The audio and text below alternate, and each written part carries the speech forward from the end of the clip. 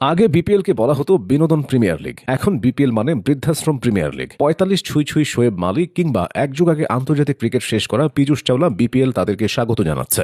BPL ঘনিয়ে আসায় ৪০ ঊর্ধ্ব সামিত পাটেল এবং রবি বোপারাদেরও ঘুম ভেঙেছে। কারণ একটাই, সারা বছর ক্রিকেটে না থাকলেও বিপিএল এ তাদের জামায় আদর করা হয়। ভারতের লেগ স্পিনার পীযূষ চাওলাকেই দেখুন। চাওলা ২০১২ সালে শেষবার আন্তর্জাতিক ক্রিকেটে খেলেছিলেন, তখন সবেমাত্র বিপিএল এর যাত্রা শুরু হয়েছিল। সে সময় মার্কিন প্রেসিডেন্ট ছিলেন বারাক ওবামা, মেসির আন্তর্জাতিক ট্রফি ছিল শূন্য, ব্রাজিলকে কেউ 7 আপ বলে খ্যাপাত না। এক যুগ পরে এসে অনেক কিছু বদলে গেছে, তবে চাওলা রয়ে গেছেন। আইরিশ তারকা ব্যাটার পল স্টার্লিংকে যেখানে বিপিএল এর নিলামের জন্য সি ক্যাটাগরিতে রাখা হয়েছে, সেখানে চাওলাকে রাখা হয়েছে এ ক্যাটাগরিতে। নির্বাচনের আগে প্রার্থীরা যেমন প্রতিশ্রুতির পাহাড় দেয়, তেমনি বিপিএল এর আগেও অনেক সুখবর আসে। এবছর নতুন এটা হবে সেটা হবে, টুর্নামেন্ট হবে আরো আকর্ষণীয়। অথচ খেলা শুরু হলেই আসল বিনোদন শুরু হয়ে যায়। দলগুলো এই বিনোদনের সঙ্গী হয়। খেলোয়াড়দের নিয়ে কারাকারির মাঝে দুই দল একই ক্রিকেটারকে সাইন করিয়ে বসে। বিশ্বের বিরলতম এই ঘটনা শুধু বিপিএল এই ঘটে। এদিকে কেউ জস বাটলারকে নিয়ে আসে, কেউ বাবর আজমকে দলে ভেড়ায়, অথচ টুর্নামেন্ট শেষ হলেও তাদের কোনো খবর পাওয়া যায় না। তবে কিছু খ্যাপ খেলা ক্রিকেটার ভাগ্যে জোটে। খাওয়ার পর জুটা খাবার যেমন কুকুর বিড়ালকে দেওয়া হয়, তেমনি শক্তি অপচয়ের পর কিছু তারকা ক্রিকেটার বিপিএল এর নাম লেখায়। গত বিপিএল এর ফাইনালেও ঘটেছিল এরকম ঘটনা। শুধুমাত্র ফাইনাল ম্যাচ খেলার জন্য টিম ডেভিড, আন্দ্রে রাসেল এবং জেম ভিন্সদের উড়িয়ে এনেছিল রংপুর রাইডার্স।